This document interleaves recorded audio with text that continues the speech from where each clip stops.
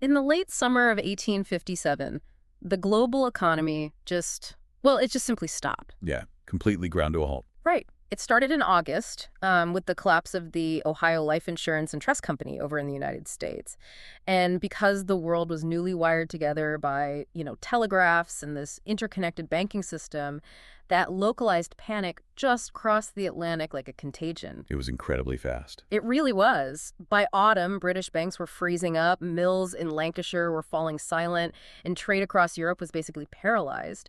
And right in the middle of this unprecedented chaos, you have this broke, exiled journalist living in a cramped apartment in London, and he just locks himself in a room. Chain smoking cheap cigars, yeah. Exactly.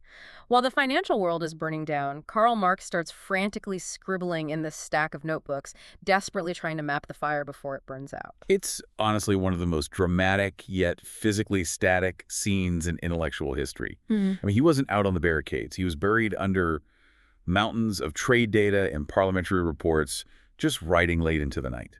Pushing himself to the brink. Oh, to the point of physical collapse. He was trying to build this real-time autopsy of the capitalist system while it was happening. Well, welcome everyone. If you are joining us today, you are stepping right into that room with us.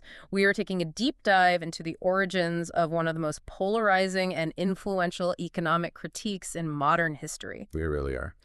Our mission today is to explore Volume 29 of the Marx and Engels collected works. This covers the really critical years of 1857 to 1861. And to be completely clear up front for you listening at home, our goal today is to explore these texts strictly as historical and theoretical documents. Right, exactly.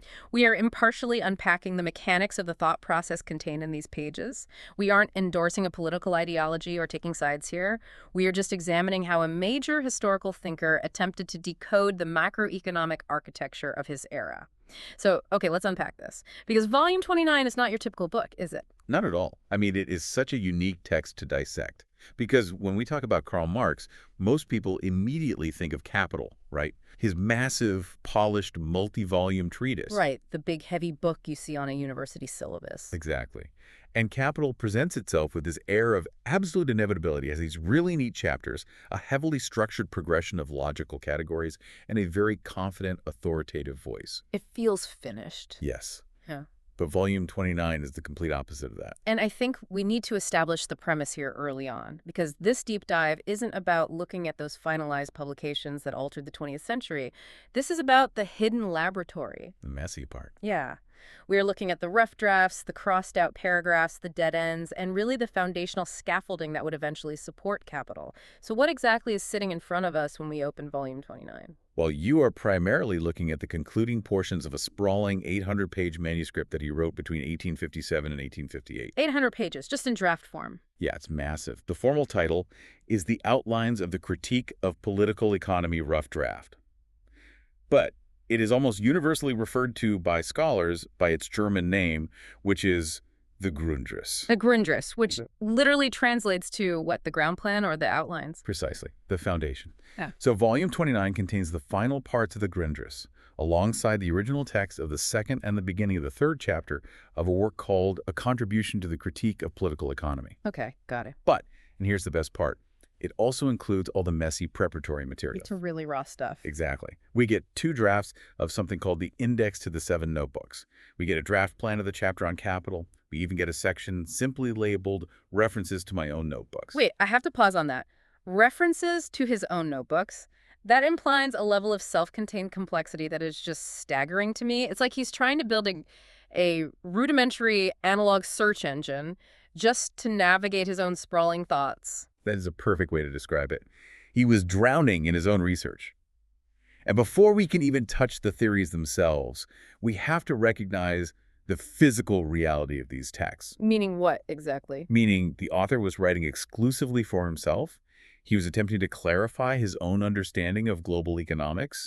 He was not writing for a publisher, and he definitely wasn't writing for a general audience. Which means we are dealing with a text filled with abbreviations, sudden changes in language, half-finished sentences, and I've read about his infamously terrible handwriting. Oh, it was illegible. Even Engels complained about it. Right. So I'm actually curious how a modern reader can even trust the translation of a document that was never meant to be read. If it's just a chaotic diary of economic theory, How do we know what he actually meant? Well, it requires an unbelievable level of forensic scholarship, which is why the translations in Volume 29 are so deeply respected by historians. Because they didn't just guess. No. They rely entirely on the Marx Engels Gesamthausgabe, which is commonly known as the MEGA project. This was a really exhaustive archival effort, primarily published in Berlin between 1976 and 1981, and it was designed to produce the definitive, authoritative text in the original languages. But when you say exhaustive, what does that actually look like in practice for the historians working on it? Like, what are they actually doing? It means teams of scholars spending years analyzing the physical paper itself to date it. They are scrutinizing the variations in ink. They are debating the meaning of every single marginal note and aggressively crossed-out sentence. Wow. Yeah, they weren't just transcribing words. They were mapping the absolute chronology of his revisions.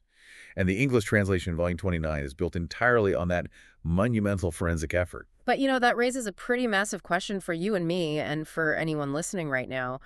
If we already have capital, if we have the finished skyscraper, so to speak, why are we spending time analyzing the mud-covered scaffolding from a decade earlier? That's a fair question. Because it feels a bit like looking at the mathematical scratch pad of a famous physicist when we already have the final equation published in a textbook. Why does the scratch pad matter? Well, what's fascinating here is that with political economy, the scratch pad is just as important as the final equation, maybe even more so. Really? How so? The drafts in Volume 29 represent a definite, highly fluid stage in the shaping of his entire framework. When you look at the index to the 7 notebooks, you are literally watching him decide which concepts belong together. You see the trial and error. Yes. You see him wrestle with a concept, realize it doesn't fit his logic, discard it, and try another angle entirely. The finished book gives you his final conclusions, which can, feel rigid sometimes. But the drafts give you his methodology. You are witnessing human cognition in real time. I see. So it's the difference between being handed a completed puzzle and watching the person actively force the pieces together, realizing they have the wrong piece, and throwing it across the room. Exactly. It kind of demystifies the genius. It shows you exactly how the intellectual sausage is made. It demystifies it, yes, but I also think it reveals the sheer scale of the intellectual labor involved. Yeah. I mean, he was trying to synthesize classical British economics, German Hegelian philosophy, and French socialist history into a single, cohesive autopsy of how human societies produce and distribute wealth. That is a massive undertaking. It's unbelievable. Yeah. And the scaffolding shows you the weight of that synthesis. I want to go back to the timing you mentioned earlier because the environment he was writing in is just fascinating. You don't just wake up one Tuesday in 1857 and decide to write an 800-page manuscript synthesizing all of global economics. Right, there has to be a trigger. There has to be a catalyst. Yeah. And as we noted at the top of the show, the catalyst was a massive real-world economic meltdown. The 1857 global financial crisis. Yeah. It is absolutely impossible to understand Volume 29 without understanding this specific panic. It was huge, right? Oh, it was arguably the first truly worldwide capitalist crisis. It embraced all the leading European countries in the United States. And the crucial context here, which actually connects to earlier volumes of the collected works like volumes 13 and 16, is that Marx had been waiting for this exact moment for years. Waiting for it, like he was predicting a solar eclipse. In a way, yes. Back in 1853 and 1854, during a period of relative economic boom, he had engaged in this deeply granular study of global industry and trade data. Just sitting and reading. Sitting in the reading room of the British Museum, day after day. He was poring over publications like The Economist. He was looking at export numbers, bank reserves, railway investments. Okay, let me challenge that slightly. Every economist reads The Economist and looks at trade data. What was he seeing in 1853 that convinced him the entire system was going to break 4 years later? Was he just being a perpetual doomsayer, or did he actually spot a structural flaw? He spotted what he believed was a fatal contradiction in the system. Specifically, what he called the fatal working of the English industrial system. He was tracking 2 overlapping phenomena: overproduction and overspeculation. Okay, let's break those down. So in Great Britain, which was the dominant economic engine of the world at the time, he saw factories producing manufactured goods at a rate that far exceeded the actual purchasing power of the global market. That's the overproduction side. Producing too much cotton, too much iron, and having nobody who can actually afford to buy it. Exactly. But to keep the boom going, To keep expanding those factories and making it look like everything was great, the financial markets in places like the US and Europe were engaging in massive overspeculation. Pumping out credit. Right. They were issuing credit and bonds based on the assumption that this overproduction would eternally find a profitable market. He saw that the financial paper was entirely disconnected from the material reality of the factories. Ah, so when the Ohio Life Insurance and Trust Company goes bankrupt in August 1857, it's the pinprick that bursts the speculative bubble. Yes. Suddenly, the banks realize the factories can't sell their goods, the loans go bad, the credit freezes, and the whole house of cards comes down. And for Marx, this wasn't just a fascinating macroeconomic event. He viewed this crisis as the imminent catalyst for working-class and democratic revolutions.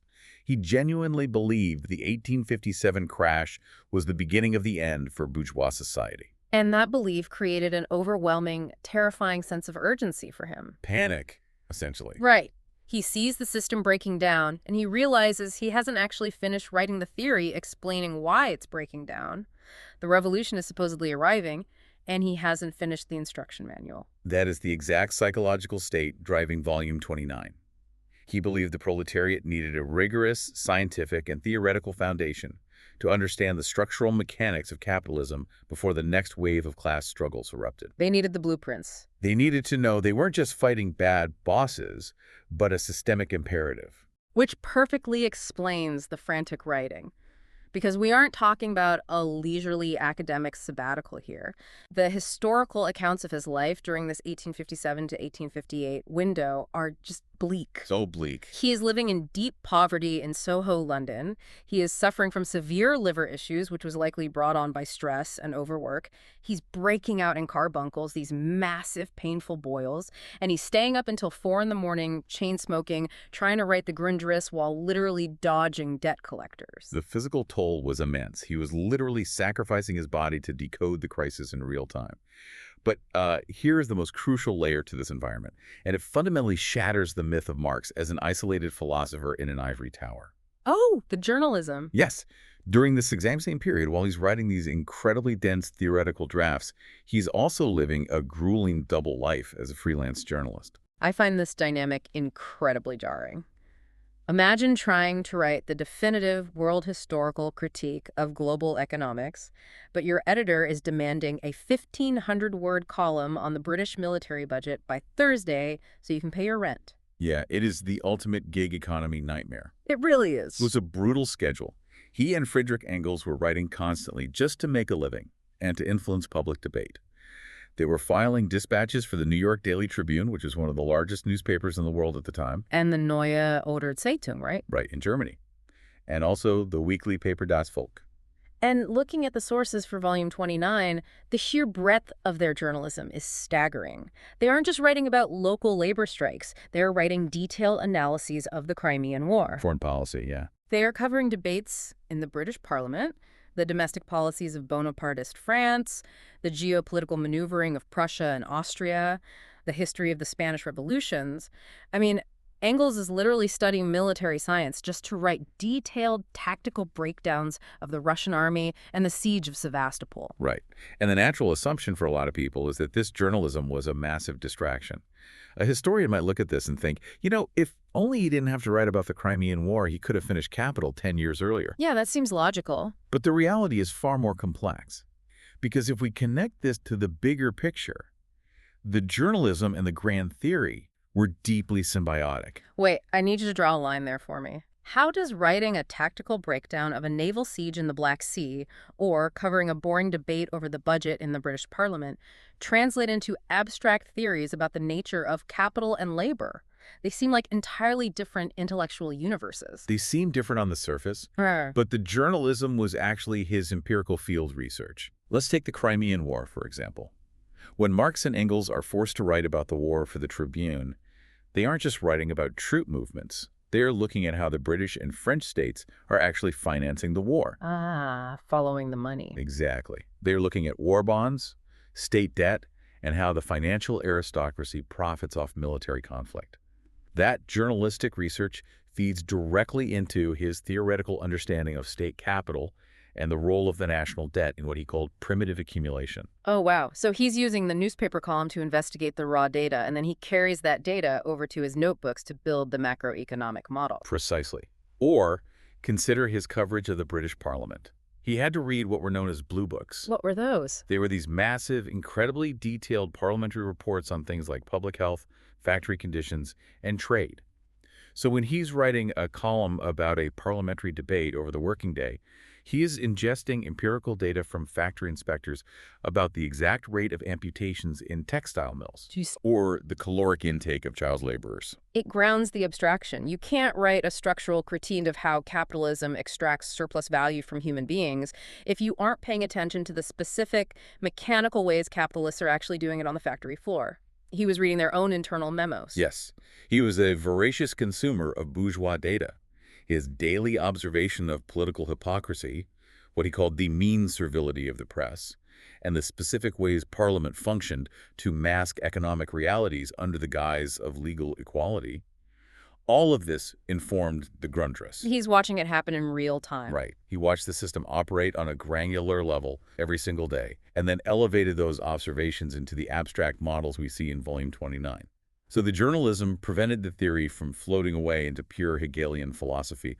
It anchored it in the dirt and grime of the 19th century. That makes the drafts in Volume 29 so much more visceral. When we finally open the pages of this text, we aren't just seeing abstract philosophy. We're seeing him actively wrestle with the leading classical economists of his day, using the data he gathered from his journalism as ammunition. And this is where the text of Volume 29 gets deeply technical and really fascinating.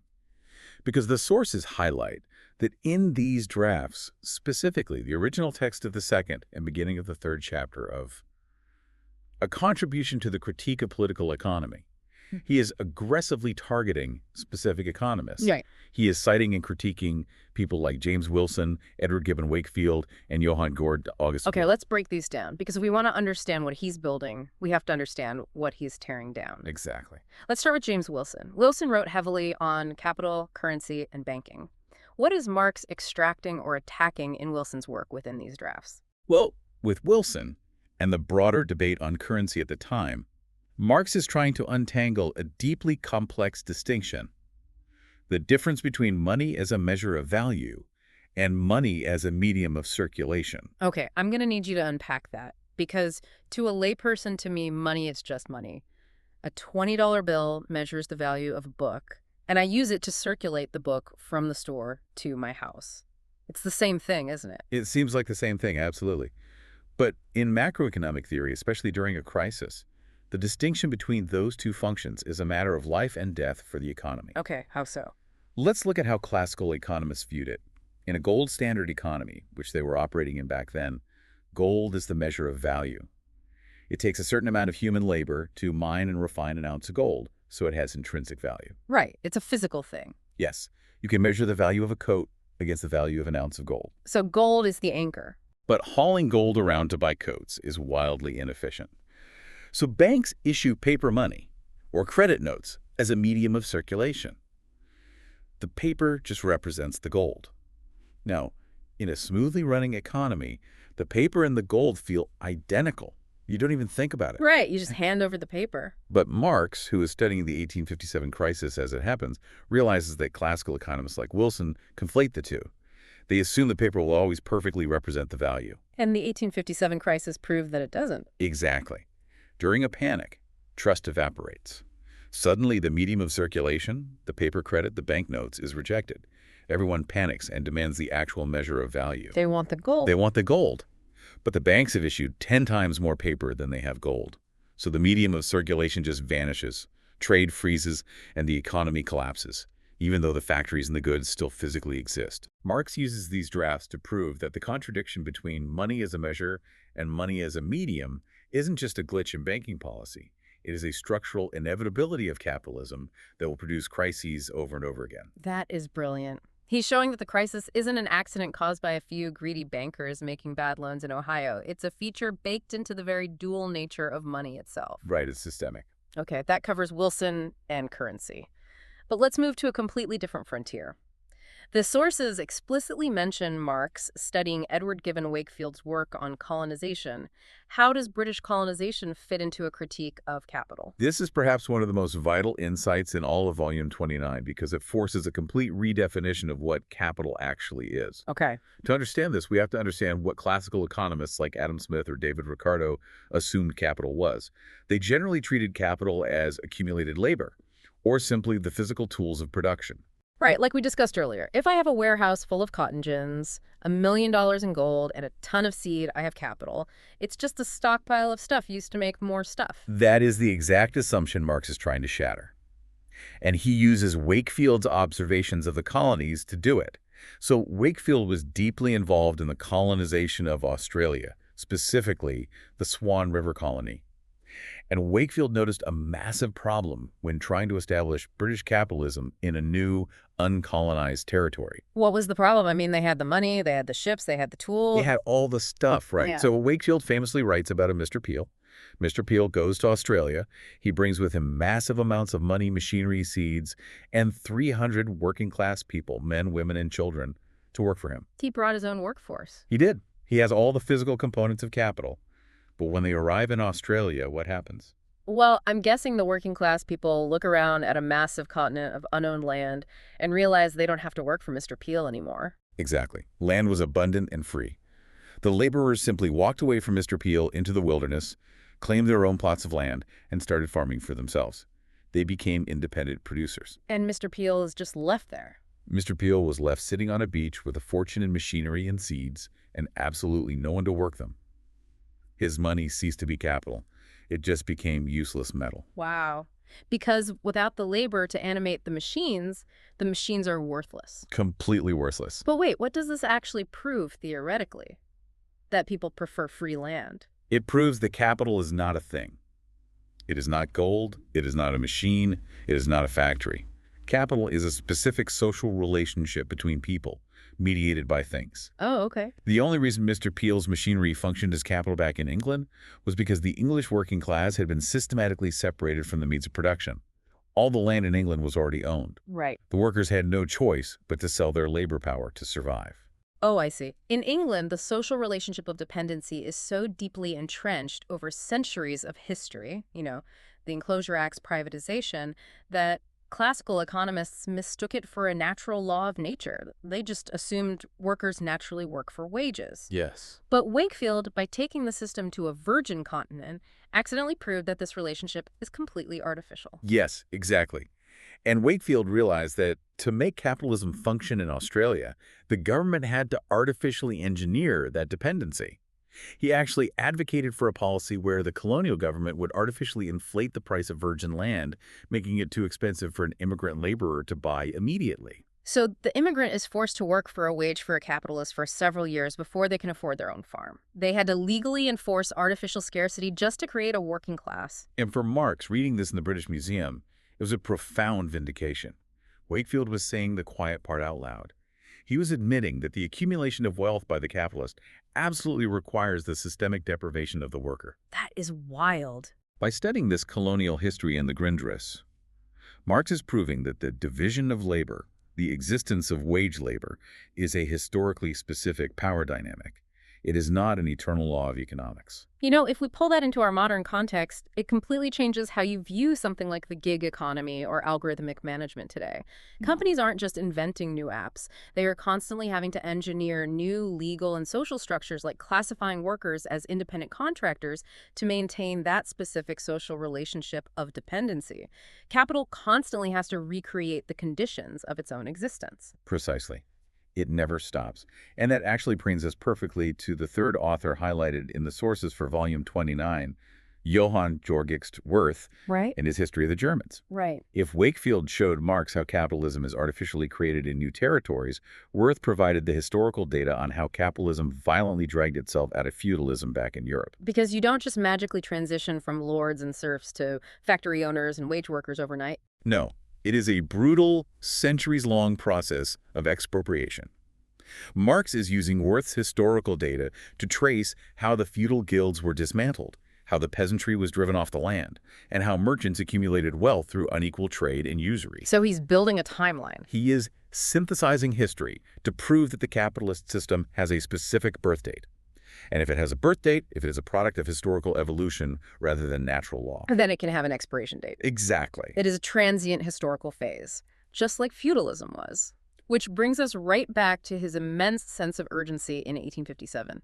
He believes he is witnessing the expiration date arriving, and he's furiously writing these drafts to explain the entire life cycle of the system to the people who will have to build whatever comes next. That is the driving force behind every chaotic, crossed-out page in Volume 29. He is tearing the engine of classical economics apart, laying every piece on the floor, mapping its historical origins, and proving it is structurally designed to fail. It is a monumental intellectual achievement, which makes the aftermath of these drafts almost incomprehensible to me. Yeah, it's quite the story. We've spent this entire time talking about the sparks of absolute genius in these 1857 to 1861 notebooks, the deconstruction of currency, the redefinition of capital as a social relation, the historical synthesis. But did the world actually get to read Volume 29? Did these blueprints hit the streets while the 1857 crisis was still fresh in everyone's minds? No, they didn't. In fact, while the highly polished finished product, Capital Volume 1, was eventually published in 1867, the raw draft contained in Volume 29, the core of the Grundrisse, essentially vanished into the archives. Vanished for how long? Well, Grundrisse was not published in its original language in a comprehensive edition until between 1939 and 1941. Wait, 1939, that is 80 years after he wrote them. That is right at the outbreak of the Second World War. It is one of the most profound historical ironies of the 20th century. The very blueprints that map out the entire trajectory, methodology, and deepest philosophical underpinnings of his critique of political economy lay completely hidden for generations. That's just crazy to think about. Think about the history that occurred in that 80-year gap.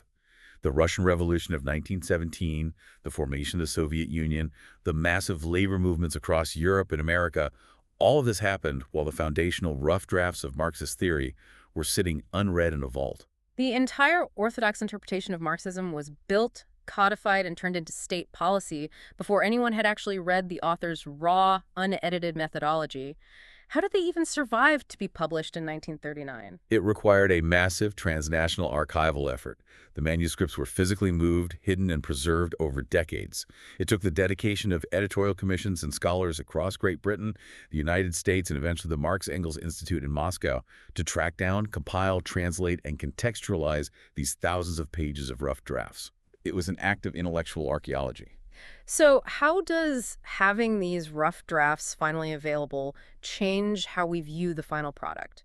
If the world already had capital for 80 years, what did the sudden appearance of the Grundrisse in the mid-20th century really add? I mean, it's like discovering the lost, unedited director's cut of a famous movie a century after it was made.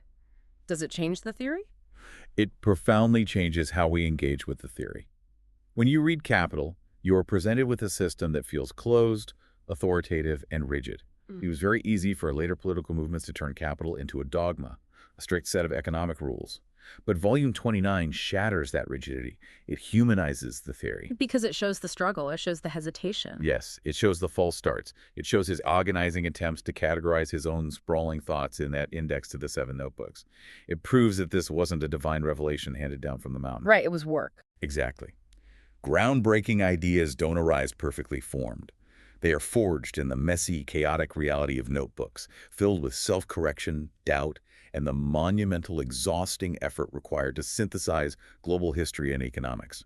When you read Volume 29, you realize his critique of capitalism was a dynamic, fluid, and open-ended method of analysis, not a rigid religious text. It makes the genius feel less like a superpower and more like the result of unimaginably hard work. It requires staring at parliamentary reports about amputations and colonial dispatches about farming until your eyes bleed, and then forcing yourself to find the structural connection between the two. And this raises an important question for all of us today, regardless of our fields. How much of modern thought, the very economic and social concepts we use to understand our own lives, is built on hidden, messy drafts? Oh, that's a great point. How many other intellectual blueprints are sitting in an archive somewhere, waiting to explain how a finished masterpiece actually came to be and perhaps changing our entire understanding of that masterpiece? It makes you wonder how much we misunderstand about our own history because we only consume the polished surface, the final textbook, the final law, the final economic model. But the real work, the actual cognition, happens in the basement. It happens in the notebook. And a volume coming 9 gives us the key to that basement. It allows us to watch the construction of the critique of political economy from the ground up, one crossed-out sentence at a time. I want to leave you, the listener, with a final thought to ponder as we wrap up this deep dive into Volume 29. Let's return to where we started, that late summer of 1857. Imagine if that global economic crisis had never happened. A fascinating counterfactual. Right. Imagine if the Ohio Life Insurance Company had survived, if trade had remained stable, if the speculative bubble had just gently deflated instead of violently popping, if the system had just chugged along smoothly. Would the author have felt that immense, desperate, panic-inducing urgency? Would he have sacrificed his health, writing through the night in Soho, to produce the thousands of pages of rough drafts that make up the Grundrisse? It is highly unlikely. The crisis was the catalyst. It provided the fire. Sometimes it takes a massive, terrifying global shock, a moment where the sky feels like it is falling, to force a thinker to put pen to paper. The breakdown of the system is what creates the window into the mind desperately trying to decode it. It makes you look at our own modern crises differently, whether it's a financial crash, a pandemic, or a supply chain collapse. What messy, chaotic notebooks are being furiously scribbled in right now? What blueprints for the next century are being drafted in some hidden laboratory today? It is a compelling thought. History is always being drafted in the margins during a panic. Thank you for joining us on this deep dive into Volume 29 of The Sources. Whether you are prepping for a meeting, studying historical economics, or just insanely curious about how the world works, remember that the best way to understand the finished skyscraper is always to dig up the coffee-stained blueprints. Until next time.